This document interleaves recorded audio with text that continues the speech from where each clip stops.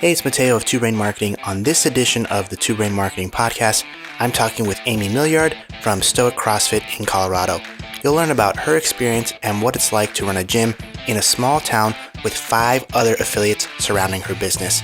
You'll also learn about her advertising system and how she spent $64 on ads and generated $3,000 in front-end revenue. So you don't want to miss this. Make sure to subscribe to Two Brain Radio for more marketing tips and secrets each week. Hello, welcome to the Two Brain Marketing Podcast. I'm your host, Mateo Lopez, one of the digital marketing mentors at Two Brain Business. Thanks for tuning in. And today I am with Amy Milyard with the Y from Stoic CrossFit. Amy, how are you? I am wonderful, Mateo. Thank you for having me. I'm grateful for this experience, this podcast experience. Oh, thanks for joining me. Stoic CrossFit. How did we come up with the name for that? We bought a gym that had been open for 1 year. It was called CrossFit Single Track. And we rebranded about a year in. We rebranded to Stoic CrossFit. It's a much better representation of the community and the culture that we wanted to build. Just kind of seeing the world for what it is, not passing judgments. And it's not good, it's not bad. It just is what it is. To be a good teammate, a good citizen, a good person, not to be all about yourself. And instead of complaining or thinking that things are unfair, that you just accept it, carry it on. You can't change the past or others. So you just do what you do, move on forward. So we're very stoic by nature. Wow. That's amazing. And I think now more than ever, it's pretty important to have that kind of attitude towards life and towards what's going on in the world. So I think that's a healthy attitude for sure. Yeah, it works. It works in the gym. It works in business. It works in life, at home. It's a good way to be. In business, definitely. Yes. Tell me a little bit about yourself, your story, how you came to own the gym, where you are, and then a little bit about the business. Okay, super. My husband and I found CrossFit in 2007. So we kind of watched the whole evolution of the CrossFit world. And we actually had a CrossFit gym from 2010 to about 2013. And pure hobby for sure at that point in time. Sold it, moved away. And then when we moved back, those people that we had sold to opened up a gym as their second location.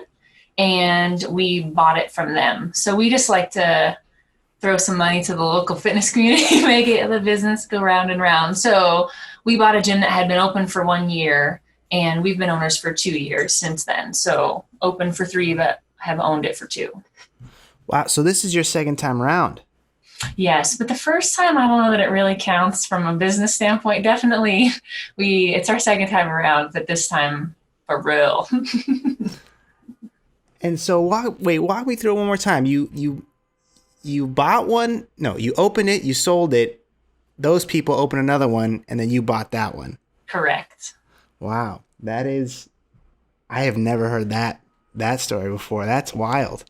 Okay, so there are a lot of people, and I've talked about this on here before, but I think it's important to hear everyone's perspective. There are a lot of people who are, still thinking about getting into business for CrossFit or opening a gym. So what was your experience like first having opened one and then buying one the second time around? And then what advice would you have for people who are either thinking about investing in opening their own business or buying an existing business? Mm-hmm. Yeah, those were definitely 2 different experiences. Having the first one in 2010, CrossFit was, relatively underground still at that point, so it was, it wasn't as mainstream for sure. So definitely the people that you're getting, your mission every day, it's just vastly different than what it is now in that CrossFit space, at least. I think the reasons for doing it are definitely the same, with that helping spirit, that heart of service. The business side, it's kind of like if you loved history, so you want to be a history teacher. Well, maybe you just love history, but not necessarily teaching, So there's this whole business side that I actually have really learned to appreciate that. And I think it's quite tough to have a heart that goes one way and a brain that says go another way, and to get those two to meet in the middle it's not easy. I think that's hard. But as long as you're on a quest to not lose the soft side of your heart, but also not get raked over the coals business wise, if you can do both of those, it's beautiful. So it's a learning journey. No, that was a very nice way of putting it. I guess your experience would be a little bit unique because it sounds like you had a relationship with these people who you bought from. Definitely. There are 5 CrossFit gyms in the area, and all but one of them came from that original gym that we started. One was an intern during college and opened one, and another one was one of my original coaches. And after we moved, he opened one. So we all have we get together for the open and do Friday night lights at each other's gym, and it's very good. Like the local community, we work quite hard at keeping the relationships good. So we've always stayed in touch, and everybody kind of knows what's going on with everybody else, and it's good. So the people are, yes, they're definitely friends out at the end of the day. Wow. So you spawned the CrossFit network that's in your town. That's really awesome to hear. I mean, what would you attribute that to? Because you hear a lot of horror stories about coaches who have been in your gym for a long time, and they go and open their own gym and take half the membership base. And then there's kind of this bad blood. So, how did you navigate those waters and get to this point where now it sounds like 5 or 6 gyms that all kind of talk to one another still and are, in like an alliance of sorts, and then friendships are still maintained. So how did you navigate those waters? Man, I think it must have been just communication, like nonstop communication from the very beginning, of just always reaching out to the other gyms and never. I mean, those guys could do things better than I, and never just having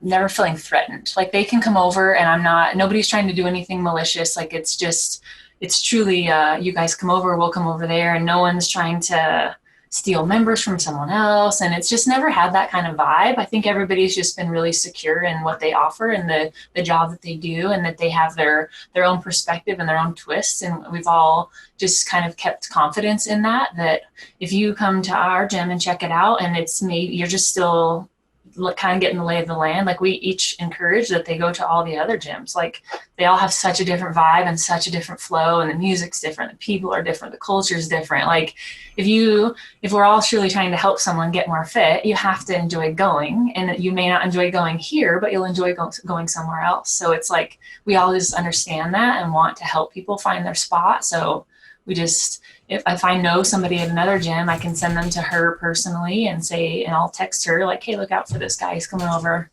So I don't know, it's somehow just a mutual respect, and no one's ever, that I know of, done anybody real under the table dirty like that. And so I'm sure it's a ticking time bomb, and someday feathers will get ruffled. But so far, somehow, some way, we made it. Wow, that's amazing. Yeah, that's great. You really just don't. I feel like I don't hear that too often. So it's really awesome that you guys have a really tight knit fitness community over there. So you have this business. What was it that drew you to Two Brain for the second one? It sounds like, or I'm not sure what the timeline is, but you've done it before. You sold it. You're doing it again. You decided to do it again. I guess what made you decide to buy the gym and try one more time, I guess, and then what was the motivation there? And then what led you to Two Brain? We moved away, and when we moved away, I was kind of looking for the gym that we had built, couldn't find it, so kind of got detached from definitely we're involved with the fitness community, but detached from the CrossFit community a bit. And then we were just really looking for that community we built, couldn't find it, of course. And then we ended up moving back to the same town. And when we moved back, these guys had opened their second spot, and we kind of crossed paths at local things, and I started coaching there. And they really, I think they would agree with me when I say that they weren't ready for that second location. They didn't have the right people in place, didn't have so it was kind of this like half-assed effort at doing something that felt like they should do because they were big enough in their first location. But so I started coaching and working out there, and just could see this utter disservice to the members, which they didn't know. They don't know otherwise, but I know what it's like to be done really, really well, and they weren't getting that. And so just kind of rallied the troops and decided to give it a go again. And we had it for about a year, and I went to see my daughter for Thanksgiving, who was in the Army, and my plane got stuck coming back. And so I had my plan while I was there was to raise rates as soon as I got back. Like I had kind of had this little weekend away and was like emotionally ready to dive into that. And this is pre Two Brain. And so I'm there and my plane gets stuck. And that was my aha moment because I had to cancel the classes the next day. And that was when I was like, I need to build a business that runs without me if I ever think that I deserve to make a rate increase. Like I can't ask people to pay more and then turn around and cancel that class that they just paid more for. So I don't recall the how or the why that I crossed paths with Two Brain. I've been in this space for a long time, as has a Chris Cooper in the gang. So I'm sure it's been there. I just, when the student is ready, the teacher shall appear. It's been there all along. I just, for some reason, didn't see it. But then somehow we crossed paths, and I'm sure grateful. I'm sure grateful that we did. Awesome. That's great. So, okay. So it sounds like from what you're saying, it sounds like you wanted to raise rates. You realize you didn't have the infrastructure to even like keep classes going if you wanted to leave. So you're like, well, I gotta make this thing run on its own. And from that point, you ran into Chris at some point and took the plunge. So what was the first big change you saw when you started going into mentorship? What was the first change in your business? Was it you suddenly had more free time? Was it that you were able to raise those rates? What was the first thing you saw change once you started going through the incubator? We started in January of this year. So we're 8-9 months in. And I think it was really all of the SOPs, the systems, the structures. I've really always put my focus on coaching development and not the business side at all. So it was really like, and that's still a work in progress for sure. Having my big sheet done every month is always my like, I mean, I enjoy it, but it's not what comes naturally to me. The people side comes naturally to me all day long. I love that part. So it's the behind the scenes stuff. And it was so vastly different than what I had been doing the last 2 years as far as what I spend my time on. So that in hindsight, I did a poor job of communicating why all of a sudden I was doing things differently. And I definitely wish I had communicated with the coaching crew that we had at that time much, much better, because I could see it clear as day why to do this and why to do that. But they just see that all of a sudden I'm doing things differently, and I didn't have a sit down with them as often, or just all the whys in the hows. So they just felt like they were in the loop and I wasn't just raking in the dough and going on vacay. Yeah, that's always a tough when you start to see that rift, right? Where you do want to start to take some time, even if it's not even for yourself, just like you're not in the gym constantly because you're trying to think about the gym, you're trying to strategize. And when you start to see that rift where, oh yeah, Amy's not coming in anymore and she's just kind of sitting back and we're all doing all that, that's a tough dynamic. So how did you make the change where you're having staff meetings and making that shift? How did you figure out how to, bring people into aligned with the mission? Mm-hmm. Yeah, I think that's still a work in progress. We're meeting far more often, and I'm trying to really. We also in this summer brought on a full-time employee. She's not an employee, I guess. She's an independent contractor, but she's full-time. She was a teacher, and now she's at the gym full-time. And so it was a whole lot of navigating different everything. So we started meeting a lot more frequently, a lot more emails, and I think the feelings thing still is. I think some people wanted that position, but didn't vocalize that they wanted that position, but I didn't know. So that's an interesting stuff we're still working through. But yeah, I think as long as they kind of get the vision a heck of a lot more, we're just communicating with them more, and some are good with it and some aren't. And we've dealt with that a little bit, and that's okay. It's okay. It's all good. It's okay. Yeah, it's totally okay. That's the thing. Some people are you got to get the right people on the bus, right? And if you decide to make a turn, some people are going to stay on the bus and some people are going to get off, and that's okay. Maybe they'll meet you on the next stop later, or maybe never again. And that's just the way it's got to go, to get to where you need to be. I am curious too. So you own the business with your husband? Yes, we're married and stuff, but he's not active in the CrossFit side. He's got his own handful of businesses that he does. He's more in the construction and disaster restoration, like fires, floods, and he is a commercial and residential builder. And so he does that. But he's actually got Chris Cooper as a mentor, kind of in that whole separate space of business development, which is really awesome. So That is cool. Okay, so but he's not on the CrossFit side. no. Okay, cool. Got it. Perfect. You mentioned a little bit about there's the different gyms in your town and you all have got your own different vibes and different ways of which you approach fitness and what you offer to people in the community. So in your words then, for your gym, what is it that you sell and how do you sell it? That's a really great question.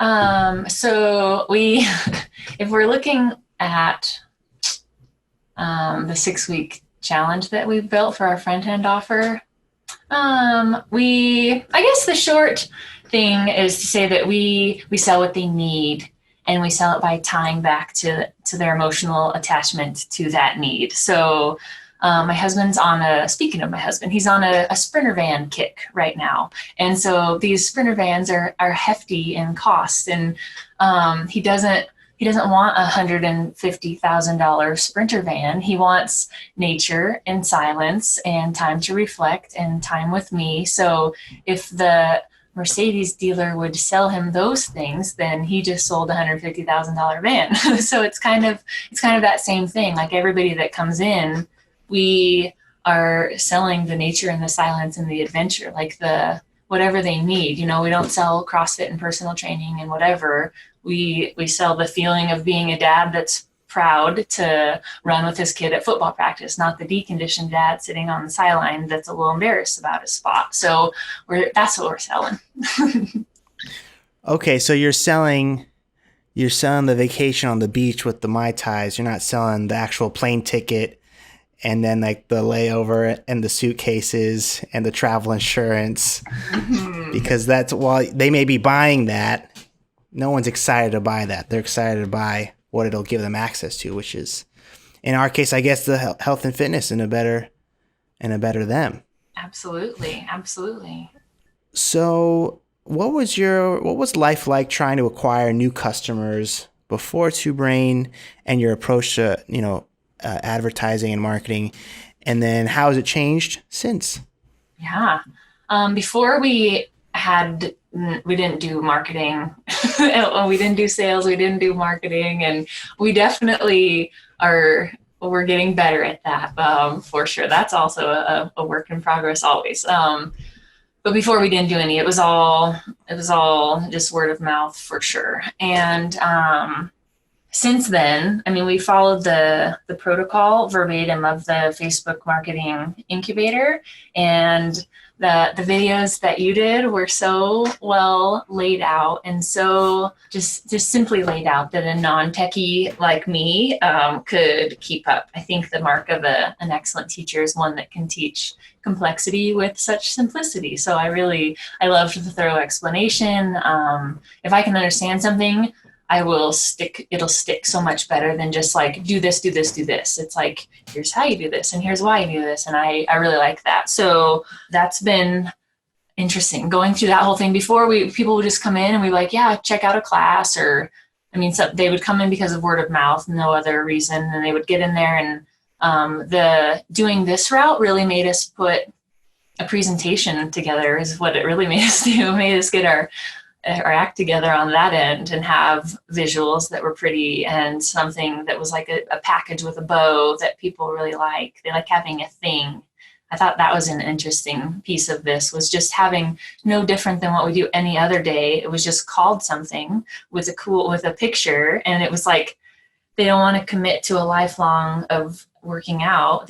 But the shorter term thing, a 6-week thing, they can commit to that. It's not forever. It's just a thing, that has a start date and an end date. And although it doesn't, but they can wrap their minds around. They don't know that, but yes. Well, yeah, it's fine. Yeah. So it helped us refine our systems a lot. I mean, outside of just the marketing piece, which did wonders for us and is doing wonders for us, it's just working on all the other stuff that goes with that. Once you get people, then what? Then what are you going to do? Made us do that. Right. Yeah, no, that's, well, that's great. I'm glad it was laid out in a way you can understand. If you're non-techie and you still got it, that means it's working. That's good. And yeah, I think that's kind of that was what I wanted people to take away from the course, was just like, hey, you can just keep selling what you're already normally selling. We're just going to make this in a way that makes more sense for the average person to understand. And I think that was, and you've been in the CrossFit game a while longer than I have. And I'm sure you understand, like, you know, it's hard to kind of take all that and explain it to the uninitiated, you know, like, you're going to do these movements, but don't worry, you won't get hurt. We're going to teach you with a PVC pipe. Let me explain what PVC pipe is and why that isn't. Like, no, like, this is what fundamentals is. It's too much, right? And so if you just say, hey, we're just going to get you fit, this is how it's going to work, it's going to be in this time frame, don't worry about anything else, people can sign on to that. And then you now have the opportunity to, once you do that, you now have the opportunity to then teach them what you want to teach them, which is about, you know, CrossFit, and then sell them on the journey at that point, you know? And that's the goal, right? And I think you said it best, just like putting a picture to it, renaming it something else, and then you're rocking and rolling. So once you got the machine up and running, we were talking about this before the call. It sounds like you sold $3,000 worth of packages, and you spent $64 on your ads, which is pretty wild. $64 to make $3,000. That's pretty good. So what happened? So once the leads started coming in and you started booking some appointments, what happened? What's your process? They book an appointment, they're going to come to the door. What happens for you guys? Yeah, that was an interesting thing that I made a mistake with. First, we have this, our full timer now, and I was trying to funnel everything to her. So they would come in for these free intros and I would have them go to her. But really the mistake I made there was that nobody can do sales here because than me. It might, you know, if I'm the only one in the ownership position, nobody can do that sales job better than I can. So that would be a tip I would pass on, is don't do that just yet to your new gal. She's not ready. So we started that route, and then quickly we're like, okay, that's not the way we should go. She's super uncomfortable with the sales. So they would go to me first for the free intro, and these are definitely different leads. That was something we weren't used to either. Everybody else was like a coworker or a sister or somebody they were brought in by somebody they're going to have to see again in their life. So there's a little more accountability there, where this is no contact, you know, it's kind of virtual relationships, and so quite cold often. But once if I could get them in, then we were golden. I don't know, we would always do the free intro thing, and I would always book out 20 minutes. And I don't know that I have any of them that have ever lasted less than at least double that. And, you know, they're usually closer to an hour. But the close rate is awesome. If they get in there and I can figure out all of their whys, then we're good. We can move forward. They've already done the hard part. That's getting in there. They're in. I just have to not unsell them. Yeah, no, I think they're, especially with the colder traffic, you know, if they do finally make it to your door, then, you know, you should be able to lock them down. But so what is that process for you? You say, you know, you book 20 minutes, but it takes longer. You know, what's that conversation like? And I know you said, you know, well, there's a couple of things there, but before I go back to the sales rep thing, you know, what's your process for when they sit down in front of you? We have an intro form that we go through as far as what brought them in there. It's the two brain from the incubator. It's kind of, we'll follow that for the most part. At the same time that we started the marketing incubator, we also started Healthy Steps Nutrition. So that was like also coming in hot. So we added some nutrition questions to that as well. But it's really like, what does their day look like, and trying to give them some good stuff that they're doing now, what's worked in the past, you know, stuff like that. And just listening for all of those, listening for all of the things why they're tied to certain goals, who's in their life that things would benefit from them doing things differently. And even I just had a gentleman this morning, and we started out with this and that, but then really at the end it got to, it's really because when he takes his son to football practice, he's a little embarrassed of where he's at right now, that he can't coach, and stuff like that. So, but it took 45 minutes to get there, because you can't fast track a relationship like that when you're going to some deep stuff, So if I only had given him 10 minutes, we never would have gotten there, and I maybe wouldn't have seen him again. So I have to not rush that stuff, but also be efficient. Some people just like to talk, and I don't want to do that either, But so it's getting that little bit. And then when we did our front end offer of a 6-week challenge, we have yet, I think this is kind of crazy, we have yet to sell that. You know what I mean? Like, as we designed it to be, they come in and we find that it's not that would work great. It's this, and it's not this, it's that, and just kind of reworking things so it's a better fit. But no one came in insistent upon that, and they must leave with that. They just needed to be heard and help them figure out what to do next, actionable steps, what's next. I think it's a great point. And that's something that's true for my gyms. We sell we advertise a lot of 6-week programs, and rarely are we selling that. We're either selling, a one-on-one training package, or, maybe we're signing them up for something longer or something shorter. And I think that's a really important point. It's, you're just getting them in the door, and then we're going to prescribe what's going to be the best fit. And often if you have a program that's, 6 weeks of classes or whatever it is, you're going to substitute that out for something else based on what they're telling you. And I think that's a really important point. And I think that's why, we structure the offer when we advertise it to have that flexibility for you, right? So you have you create those openings for yourself when you do sit down for the sale. That's awesome. And so, I know you mentioned before you had your new recruit try to take on these sales, and I think that's important. I think the goal for a lot of us, is to remove ourselves from the day-to-day responsibilities of the gyms, but it comes in phases, and I think that's where mentorship comes in to guide you on when to kind of take yourself out and hire out certain roles.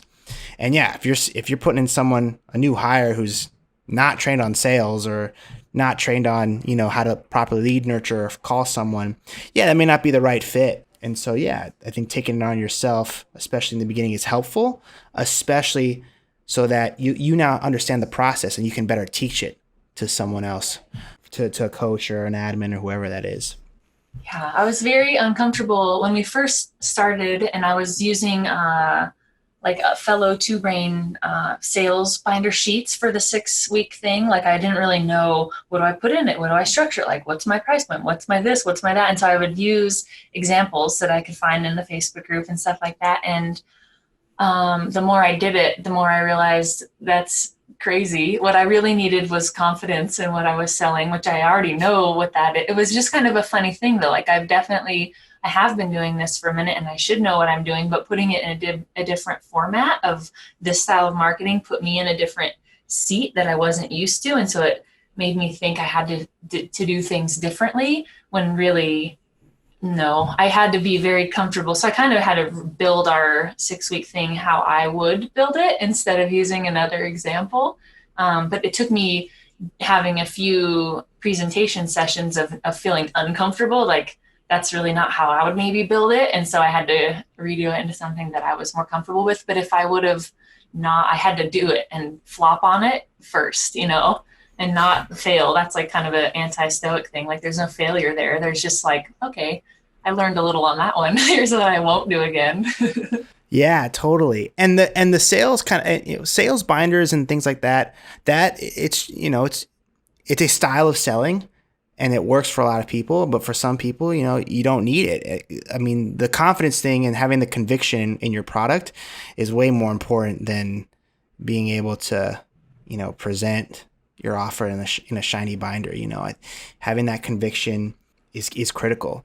And so, if the binder's going to throw you off, get rid of that thing. Or like you said, structure the offer the way that makes sense for you and your business. It sounds like you've you've come a long way, right? It sounds like you had a gym, sold a gym, bought another gym, and now you're growing, bringing on new staff, training new people, trying new things with marketing. What do you think's been the key to your growth and your success so far?